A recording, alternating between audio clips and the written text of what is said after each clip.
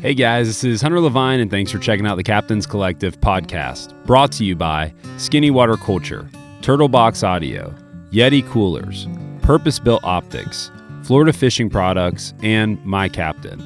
To learn more about our show sponsors, head to captainscollective.com. And while you're there, make sure to subscribe to our newsletter on Substack to stay up to date with the show, our hosted travel with Drifter Fish Club, and to get some behind-the-scenes writing along the way. Speaking of writing, today's guest, Monte Burke, has built an incredible career as an author, covering everything from the glory days of Nick Saban to the rise of tarpon fishing along Florida's coast. And in this podcast, Monte and I talk about writing, travel, and, of course, fishing. This podcast also includes a live Q&A we recorded at Barfly in Safety Harbor, Florida, that benefited our friends at the Tampa Bay Waterkeeper. We hope that you guys enjoyed this podcast, and I know that you're going to walk away with some good insights that Monte shares about 30 years of writing and working with some of the best. We hope that you enjoy. Thank you for listening. This is the Captain's Collective.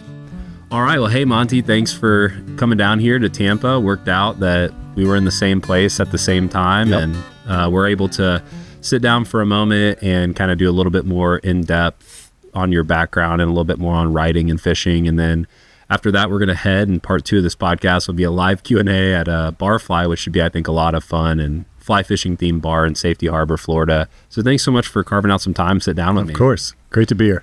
Yeah, so obviously I've read Lords of the Fly, and my background actually is I was a creative writing major at Florida State. And so when I began to kind of push into outdoor media, I was kind of paying attention to different books, different articles and magazines, and came across some of your early work and stuff pretty early on. And it's been really neat just to see, how well Lords of the Fly was received and how meaningful of a book that's really been to the fly fishing community and the tarpon community. And then also your most recent book, which I haven't had a chance to read yet, and I'm excited, the essays at kind of chronological, or not, maybe chronological is not the right word, but different standalone fishing stories. Yep. And just excited to dive into some of that. And I wanted to start with this because as I read some of the articles you've written in Lords of the Fly and kind of look at the outline of your most recent book, you've been able to meet some really cool people and go to some really awesome places. And I'm just kind of interested off the bat, how has being an angler affected your writing, and how has your writing been affected by the fact that you love the outdoors so much? I mean, I think it's the root of all my writing, really. I mean, there's a cliche in journalism that write about what you know. And it's a cliche for a reason, because it's exactly what you should do, especially if you're starting out.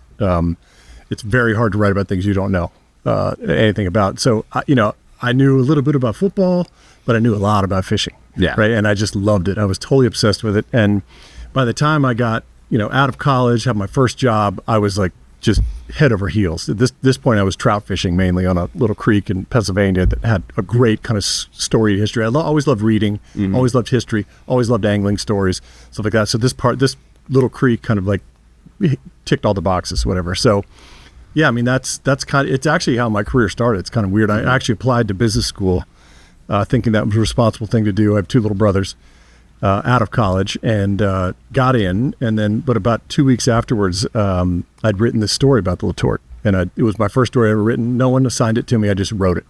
3,000 words, just put everything I had into it. Every literary reference I had or whatever, threw it in there. It wasn't very good. I sent it to everybody. I sent it to the New Yorker. I sent it to Sports Illustrated. I sent it to Time Magazine. Like, I just sent it everywhere. And no one took it. And probably about 2 weeks after I got into business school, I got a letter from Sporting Classics, which is a still existent magazine, the Southern magazine. And I have the letter still. It's from Chuck Wexler was the editor, and he wrote and he said, "We would like to buy your story on Latort for $200. Wow. And I was like, I'm not going to business. Yeah. I actually deferred for a year, but then I told business school to go show him. So my future father-in-law was like, "Dude, what are you doing, man?" It was like, it wasn't maybe the best financial decision I ever made, but best for lifestyle, So that's how it all started. Wow. So I did that. So you were, no, I didn't know this part of the story. So when that happens, are you around 19? No. I'm out of college. So you're out of college. I'm like 23, 24. I mean, I'm real fresh out of college. So you'd already gone to business school. No, I didn't. I was applying. Okay. So out of undergrad, I was applying to business school, thinking that was the. Oh, I see. A lot of my friends were doing that. It was kind of like, it seemed like, oh, this is a career path or whatever. And, but I always wanted to be a writer. I didn't necessarily have the balls to kind of, felt like an imposter a little bit. Like, when you start anything, you have no idea what you're doing, right? And so I didn't realize that back then. I thought that all writers were kind of born with something, and that I was just pretending to be one of them. So yeah, so that's how it. And then I got a job at Sports Afield. I was basically a secretary, right? Sports Field, have my director call. I mean, literally, that's what I did. But I was so hungry. I would had all these editors around me, and if they had a caption to write or a 200-word story, I was like, over here, I'll do it. Just starving. And then at night, I'd come home and read. I read a lot of novels, a lot of other things other than fishing, but I would read a lot of Tom McGuane, stuff like that. So I'd read it all first for pleasure, because they're very pleasurable to read. But then I bet I've read the story The Longest Silence probably 20 times in my life, right? Wow. So it's first for pleasure, and then I read it to see how did he do this? How did he put the skeleton together? How do you put the meat on those bones? How does it actually work? And so one of the things about writing, I think that people may not know, it's a little bit self-evident, but you got to read a lot. Read, and it's just all of that is feeding into how you develop your own style. Even if we're trying to imitate someone, it's a lot like music, right? Stones were trying to imitate Muddy Waters, but it sounded different. Yeah. When I was first starting out in outdoor writing, I was trying to imitate McGuane, but mine comes out a little bit differently. So, that's how it got going. I remember in class they would talk about finding your voice, or getting in your own skin, and I think there's a lot of things in life like that, not just writing or being maybe a traditional sense of artist. And I remember for me showing up to writing class, a lot of my classmates had short pink dyed hair and were writing about drugs and all this stuff, and I even took a poetry class one time and wrote about a shrimp boat in Apalachicola. It's still there, the boat is. And I remember almost feeling a little embarrassed turning it in. And I had a professor, his name's Chris Ming. He's a teacher now.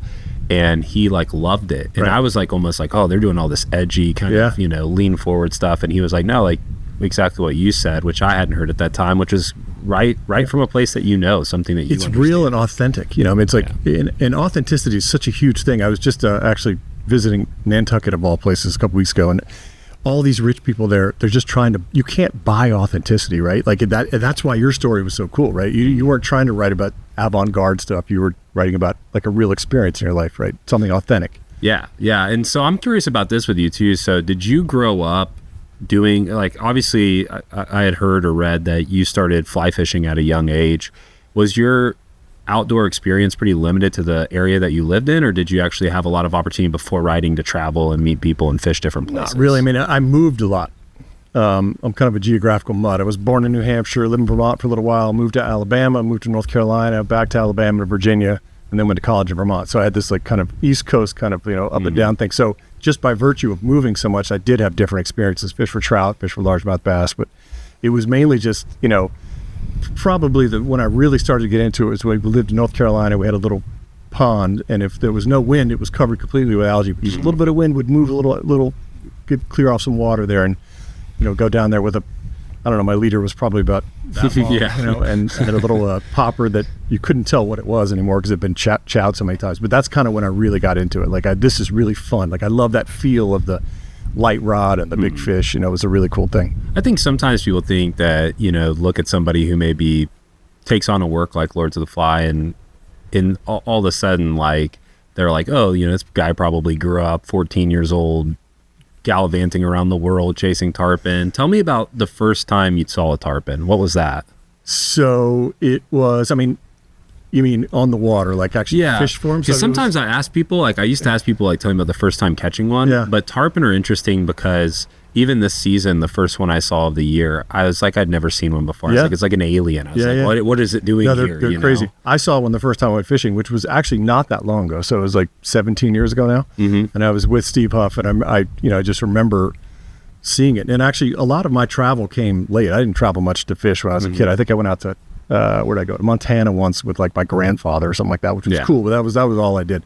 But yeah, seeing that first tarpon, just seeing it was was the coolest thing in the world. And then finally getting a bite, it took me forever. I wrote about it, Lords of the Fly, and in this book about this first experience of blowing. I don't know. I must have blown 12 shots that day before I finally kind of just was went through all the stages of grief or whatever, got to kind of acceptance and chilled out, and finally felt that pull. And that pull, I've told people this before, and think it sounds silly, but it's a life-changing thing, right? It's not like getting married. It's not like having kids, but it changed my life. Like, it changed my life to feel that gigantic animal in a 5-ounce graphite rod, and then having that thing fight, it fights back. There's nothing really fight. I mean, marlin probably fight back. Sailfish might fight back, but, these guys who hunt rhinos, they're not fighting back. Yeah. Tigers aren't fighting back. So, I mean, it's like one of the few things where that happens, and it's just I think it's the coolest feeling in the world. And I was immediately addicted at that point. Immediately. Well, it's so different too. Like, I was just in Montana this year, and with redfish, bonefish, permit, tarpon, those species, you see them, you throw to them. But something that maybe I think is so addictive about that moment, and I've spent a little bit of time thinking about this, trying to put words to it, is that because your rod tips down, hopefully. Yeah. You don't want it up here. No. Yeah. Like, and when you go into an animal to a fish that you're gonna intersect or you're gonna flee from, you're kind of stripping that line. In that moment when that fish eats your fly and your hand is on that line and your rod tip is down, there's almost nothing absorbing that moment. Yep. And so most of my life I was spin fishing, so my rod's mostly up, and so it hits it, and it's instantly on the rod. But that moment that you're talking about where you pull it and you feel it start to shake, I mean, and you can almost remove the rod from that equation, and you're kind of playing tug of war. No, it's a great point, and it gets you closer to the fish in that way. It's a very hard thing to describe. I mean, the minute that stops, everything else stops too, right? My whole mind is, I'm not thinking about my mortgage, I'm not thinking about my next book, I'm not thinking about anything. Like, everything in my life has stopped at that moment, right? Even my heart, to a certain degree, right? And I had a really hard time in Lords of the Fly forever. I tried to figure out how to describe that moment, and I just really couldn't. I mean, it's almost ineffable. You almost can't describe it. But in the movie Tarpon, the poet Richard Brautigan goes out with Guy Valdine, and he hooks his first tarpon.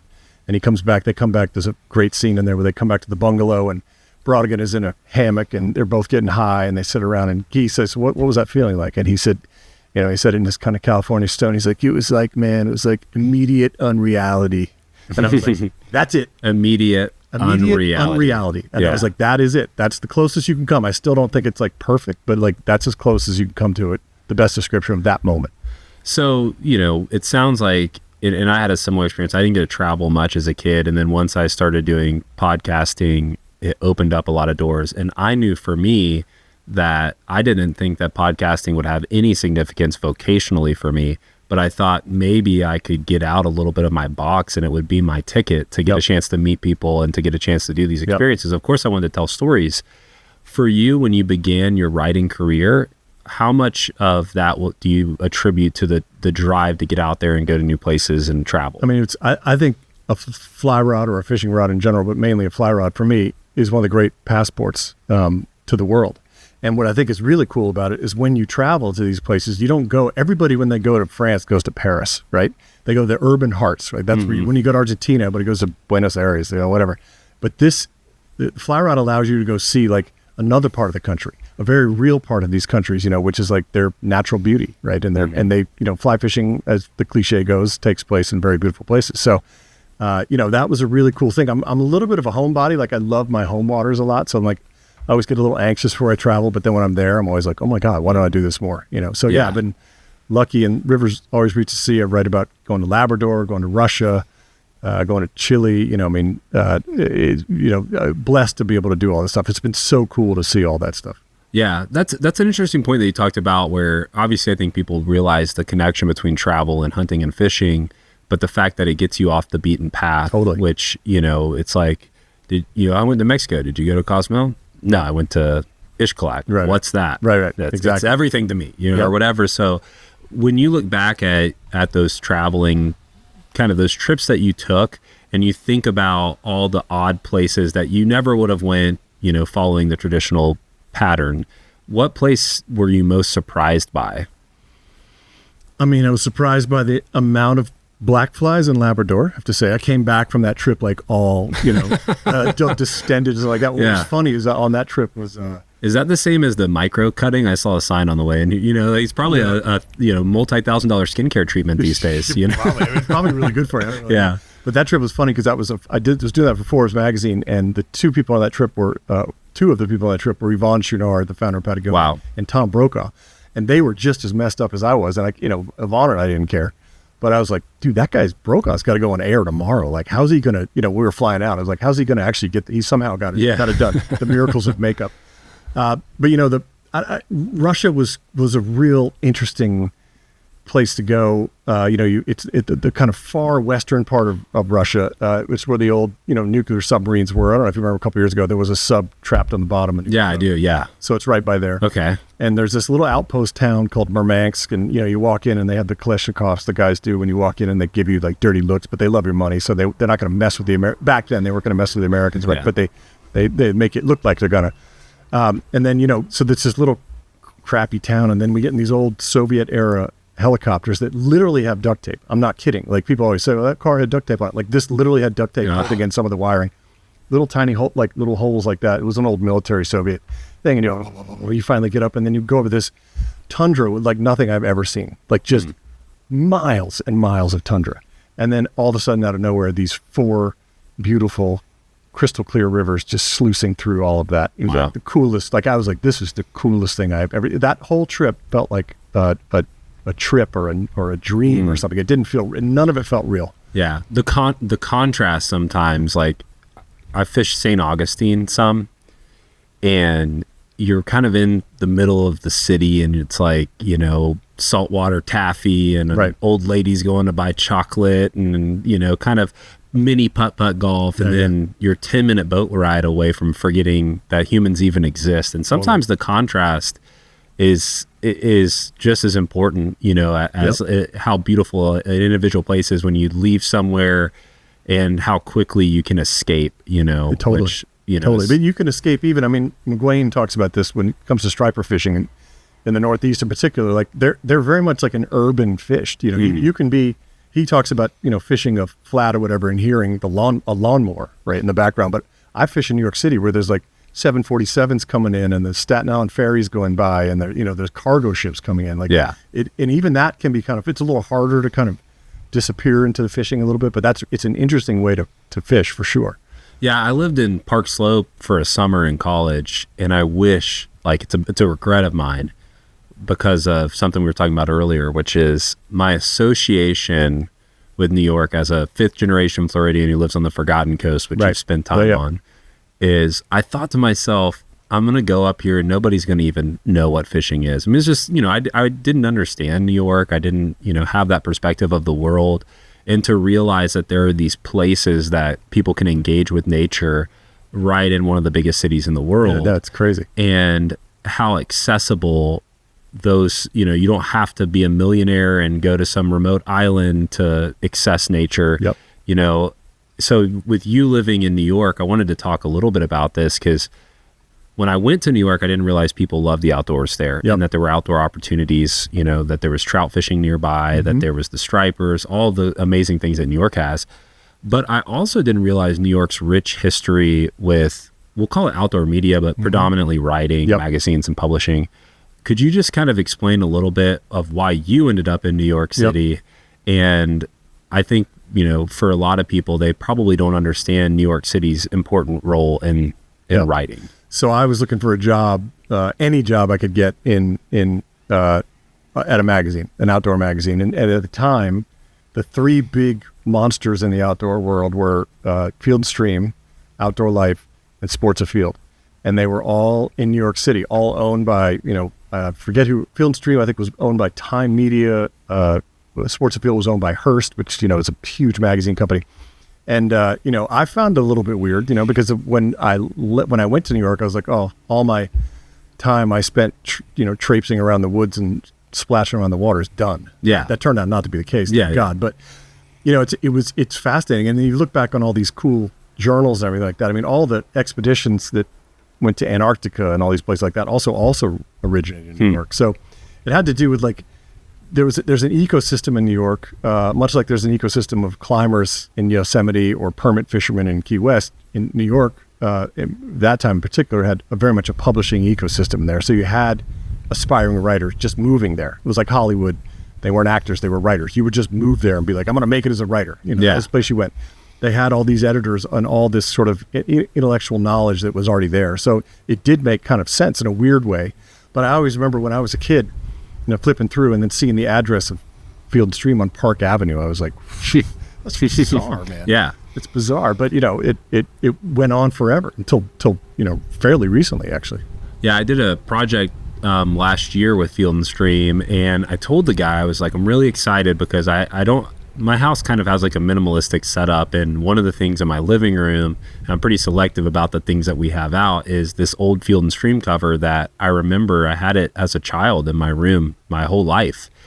And I didn't engage with the literature in a way that I was looking at where it was published or from or anything like that. And I was super surprised to find its rich history in New York City, because as a kid growing up here, I'm thinking these guys probably live 8 miles in the middle of, behind a gate in the middle of nowhere. Some of the writers did. Yeah. There a lot of, when I was at Sports Afield, a lot of the writers actually did live in Montana and lived, different places across the country, but the editors were all there. The publisher was there, all the advertising was done there, all that kind of stuff too. So yeah, it's fascinating, that history. I wanted to kind of hear you kind of illuminate that to folks, and we could probably do a whole docu-series on the history. Which I was telling my wife, I was like, somebody needs to document the effect that New York City has had on the outdoor world. It would be really interesting. It's a very interesting way to look at that. It's also got a very rich fishing history. The city does. There's a lot of the sort of descendants of the Italian watermen who moved to New York, and a lot of them are in Staten Island, and a lot of those guys are fishing guides. You have the subsistence guys who fish off of, do you remember the FDR Drive on the east side of Manhattan, like that crazy race car place? The guys, with poles fishing out there, fishing for their dinner. And then you've got, it goes all the way from that to the New York Anglers Club, which is like the upper crust of the upper crust. All these guys have water on private water in Canada, and they fish the Alta in Norway. And, so it's fascinating how it kind of has this sort of soup to nuts kind of angling community there, Yeah. And I found it to make a little bit of sense too, because I'd heard that Steve Rinella early in his career lived there, and obviously like he's a writer first, kind of mentality. And, as somebody who like travels around and does podcasting, it probably would be the most, whether Atlanta's really grown a lot with its airport capacity, but like it's a really great place to hub out, to see the world, to hop on a plane and be there and not have 8 connecting flights. Correct. Yep. I have to fly through Tallahassee, which I'm sure, doing some of the fishing in our area, like, Tallahassee, you're going to hub to Dallas, Atlanta, Miami, pretty much exclusively. Yep. And it's just interesting to think about the ecosystem of writing the same way that I think everybody understands you want to make it as an artist or a actor, you go to Hollywood. Yep. There's a little bit of that, like you want to be a country musician, you go to Nashville. Right. And is it still that way with New York with writing, or has that gone away? I think so, but writing is so weird now. I mean, it's like, there used to be like a ladder. It was like this, it was almost like a blueprint for how to get from, an aspiring writer to become a writer. And I think that all was thrown out the window when traditional magazines kind of, bit the dust and blogging became a thing, and and social media, the influence, stuff like that. So yeah, no, I still think that there's still there's a romance a little bit still, and I feel it every once in a while. I mean, I live in a neighborhood where, Norman Mailer lived and Thomas Wolfe lived, and every once in a while I still feel that kind of cool feel, that kind of indescribable feeling within your body, like, wow, this is pretty cool, right?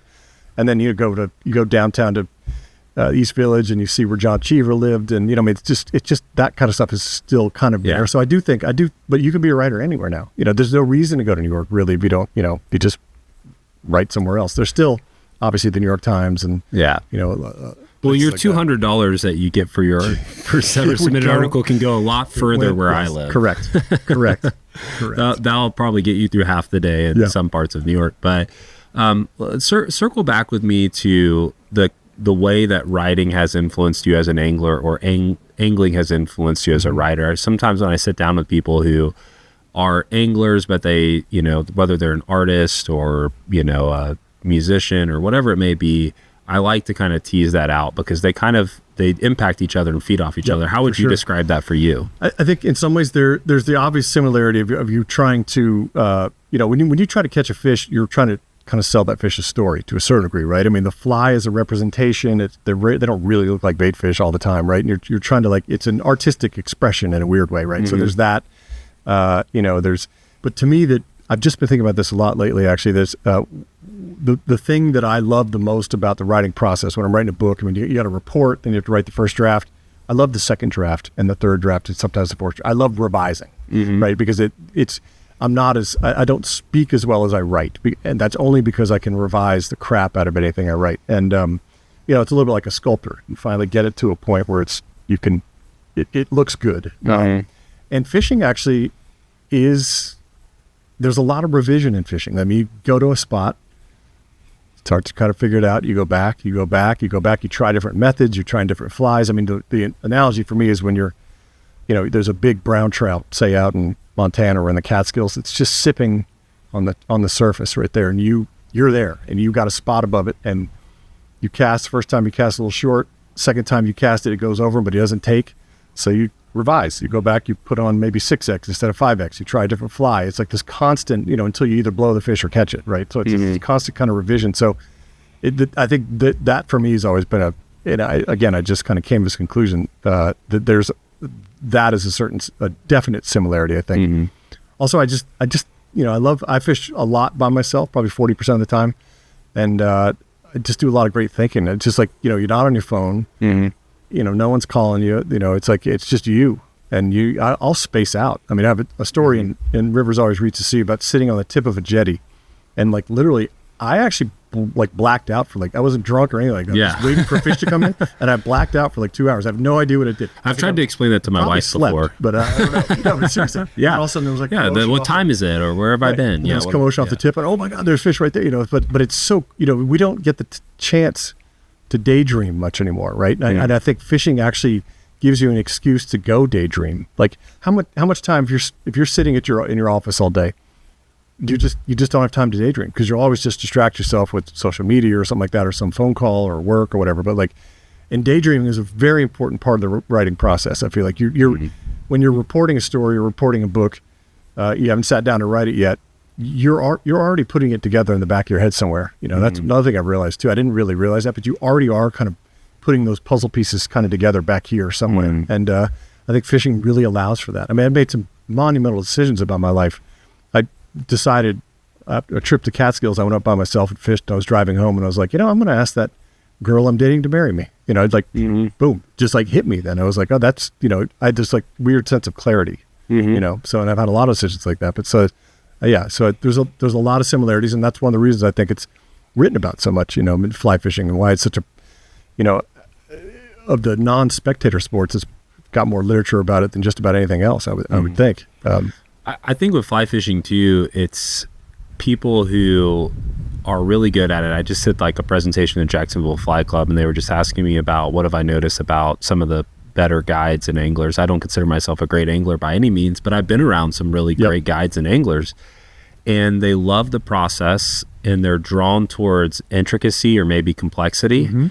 And so when I meet people in the fly fishing world and they're really into music, or they're really into cooking, or they're really into art, or fill in the blank, it seems to be people who enjoy the intricacies and complexity of things. And it's people who enjoy the process. And that kind of is a tie, as I was listening to you talk about as a writer, that you enjoy the second, third, fourth draft. When I first started in the writing program, we would have to do this thing where we would have to submit multiple versions of the same thing. And so we'd have to, and then you would submit at the end of the semester, you'd submit a project and you'd have your first, second, third draft. And then you would have notes on why you made the changes you made. And I didn't enjoy the revisions, right? And at that point in my life, and I just kind of, it was just work for me. Or it was and I think with fly fishing, people who are really great enjoy the process. They enjoy the learning curve. And I remember being in writing class also, and we'd have to, in all of my seminars, we would write something, everybody in the class would read it, we would sit in a circle, and then everybody would talk about what they thought about it, and you weren't allowed to say anything. You weren't allowed to say anything. You just sat there. And the reason that was given by all of my professors was when your work goes out into the world, you don't get to say anything. You just need to listen to how people interpret and read what you say. But what that helped me with was it helped thicken my skin 100%. A lot. And I think that great anglers have pretty thick skin. Yeah. You know, talking about your story from Lords of the Fly and blowing a bunch of shots and being like, yep, this is revision 1 in my story. Exactly. You know, exactly. So I could see that. Talk to me about how, you know, what advantages do you feel like your background in writing bring to your story as an angler? Whew, I've never been asked that question. What advantages to writing? I don't mean it like you said. I mean, I angling and writing are also about figuring out stuff, right? Like figuring out it's not a problem, but it's like, it's kind of like, you know, writing is a lot about sitting down and focusing on something and like, how do I tell this the best way? How do I, you know, make it sing, but also make it like readable and all this sort of stuff. And angling's the same way. How do I catch that trout that's nosing up over there? How do I finally put a fly in front of a laid up tarpon and not on its head? You know, I mean, it's like, so it's a series of kind of trying to like figure out things. I think that's also like a similarity between the two things.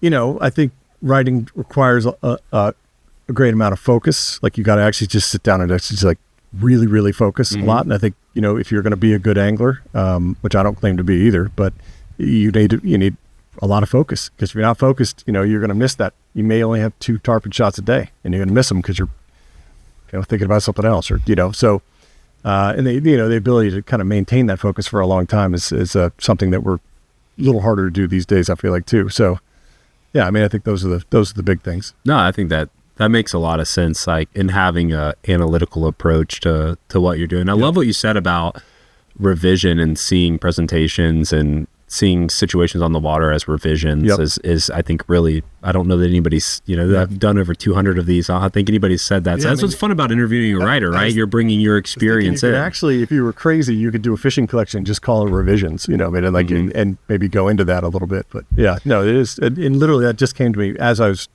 kind of on the road talking about this rivers always reach the sea. It kind of, because people asked me that question a little bit, and I never really thought about it. Yeah.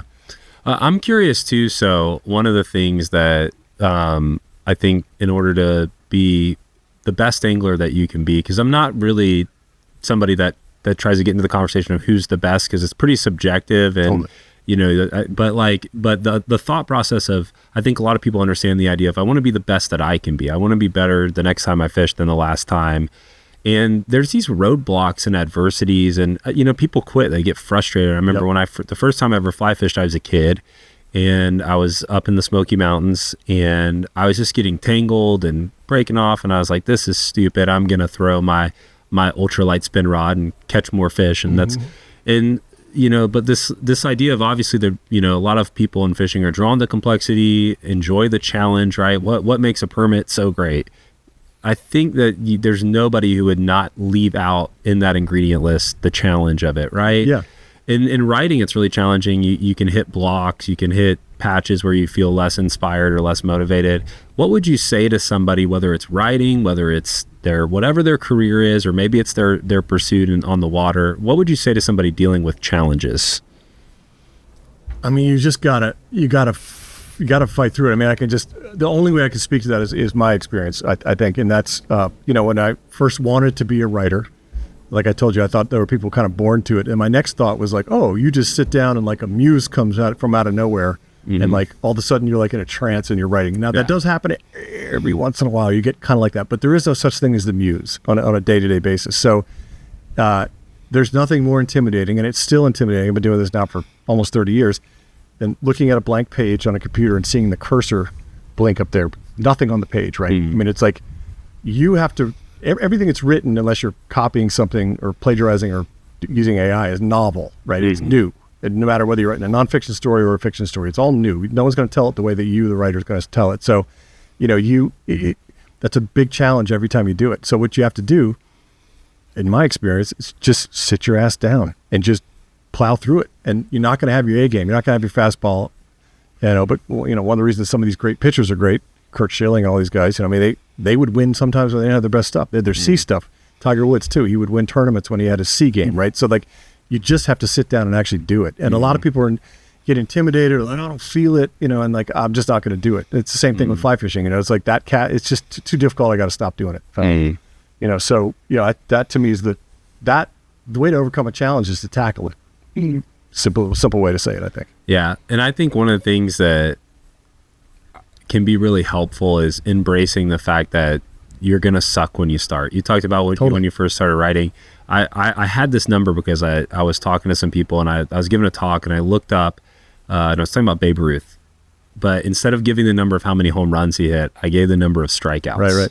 Yep. And very few people will have an MLB career and strike out as much as Babe Ruth. Like and there's the career leader. The career leaders in strikeouts. And so it's like interesting because you have to be willing to step up to that plate and walk back. Yep. And I think in fishing, it's the same way too, where, you know, as I've done this, I've grown in my appreciation and respect for people who have been doing it for 30, 40 years and are masterful at what they do. And just thinking about when I blow a shot around them, thinking about they've done this 1,000 times. 100%. I mean, you know, when I did a story in Lefty Kreh, which is in the new book. And when I interviewed Flip Pallett and some of his other buddies, are like, they would tell me stories about him, about how great he was. But then all of them slipped in like, well, it was one time when he back in the video. Everybody does it. That's what's the cool thing. But that's the reason you do it. I mean, McGuane's got a great quote about, you know, we put these impediments on purpose. Like we're making it harder kind of on purpose. He said, there's a reason why there's a net in the game of tennis, right? I mean, if you take the net away, it's like, it's not really that hard of a game, or it'd be less hard.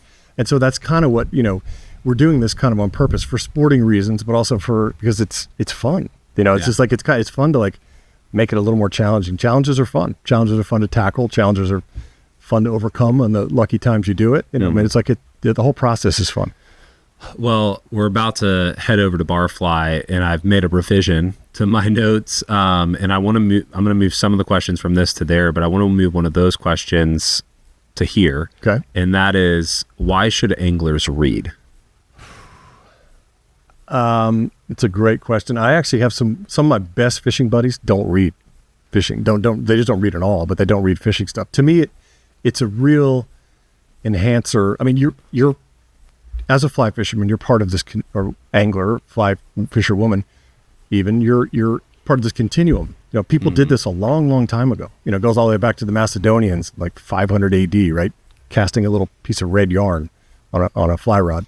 You know, so I think it's kind of cool to realize that, you know, this is what we're doing now is not be all end all. There's going to be another thing that's going to happen 50 years down the road.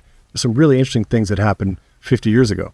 Really interesting things that happened 100 years ago. And I also think it's fun to read about other experiences. I mean, reading is everything's about storytelling, right? So like, to me, if you're into something, I want to hear stories about it. You know, it's just like, I love football, so I'll read football stories. You know, I was just listening to a football story on the way over here. I mean, it's like, you know, you just, to me, it enhances the experience, right? So if people who love to collect wine, you know everything about the wine, they research it. You know, they read it, and it enhances every, you know, as silly as it is to some of us, it enhances every sip they take of that wine, you know? So it's like, we do these things as human, you know, it gives you meaning.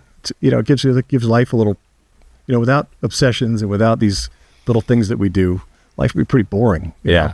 So, I think that's hearing, that's one of the things that I'm excited about to dive into the new book, and just, you know, the feeling, this is a whole nother podcast and something I'd love to talk to you about more, but, you know, hunting and fishing has been filled with storytelling. I mean, you go look at a cave. Totally. And what were the cavemen drawing? Hunting stories of, you know, and I think it's just ingrained in us to want to share stories. And we're not going to dive into AI, but I just released like a 3-part series on AI, and I'm fascinated with it. But the one thing that AI doesn't have is it doesn't have its own stories. It can write a story. It can synthesize a bunch of stories, and it's surprising sometimes how well it can put to words things that it hasn't experienced. But when you hear somebody's story, you feel connected to them. And it's like, when I read your stories, even though today is the first day I met you, I feel like I know you. And so there's also this innate human thing, not just to hear stories, right? We know that, but to feel connected, you know, to other people. And so, you know, I think that's one of the things too. Like, one of my favorite things about fishing with people is just the boat banter. Totally. You know, most of it's probably not appropriate for a book, but well, some of it is. Well, it depends on who's writing. Maybe your book. Yeah. No, it's funny because I was talking about this the other day with someone too. I mean, literally everything we do is a story. You know, how'd you sleep?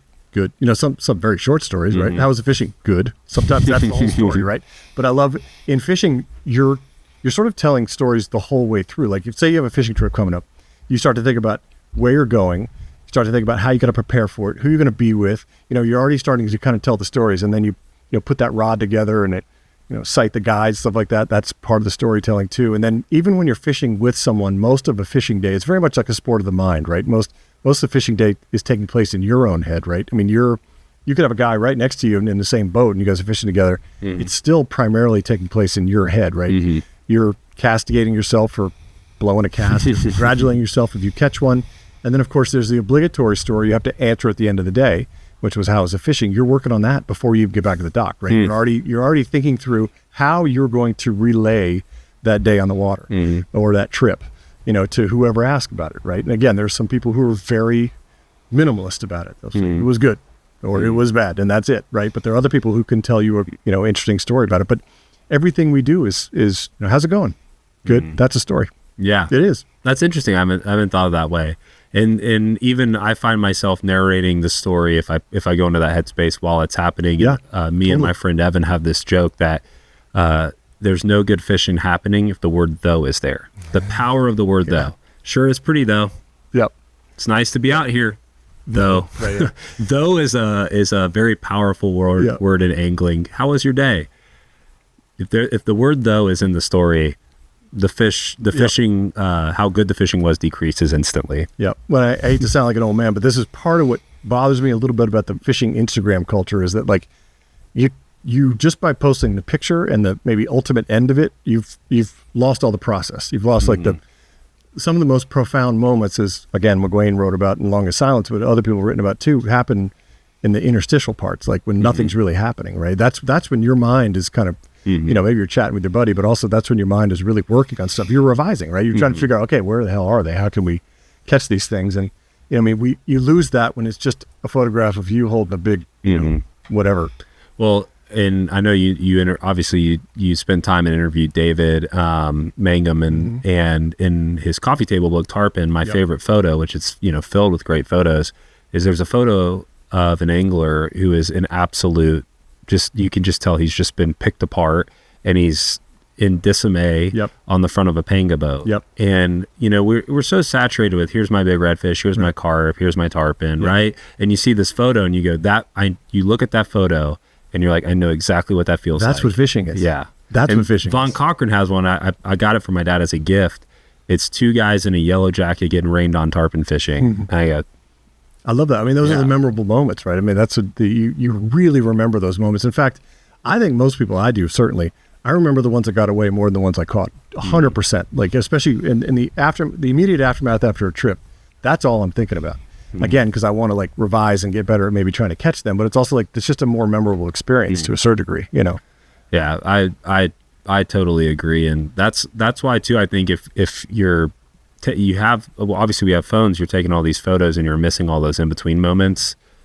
One day when you're an old man, you're going to look back and it's like, when you're older, are you going to be trying to convince yourself that you caught a lot of fish, or do you want to have photos that are those moments, those funny moments? Like one of my favorite photos, I fell out the boat tarpon fishing with one of my best friends, and there's like just, crap spewed everywhere and he's laughing. And it's like, when I'm old, like I can't wait to find that photo again, and remember that story. Yeah, totally. It's a lot of fun. We could talk more about that, but we're going to transition to Barfly, have a little bit of fun, a little more lively crowd. But thanks for carving out a little bit of time, and I'm excited to read the new book. Of course. Thanks for having me. Thanks for listening to the Captain's Collective. If you're enjoying this podcast, help us out by sharing and subscribing. We really could use some help as we continue to build everything with Captain's Collective and Drifter Fish Club, and word of mouth goes a long way. We hope that you guys enjoy. We'll see you next time. This is the Captain's Collective.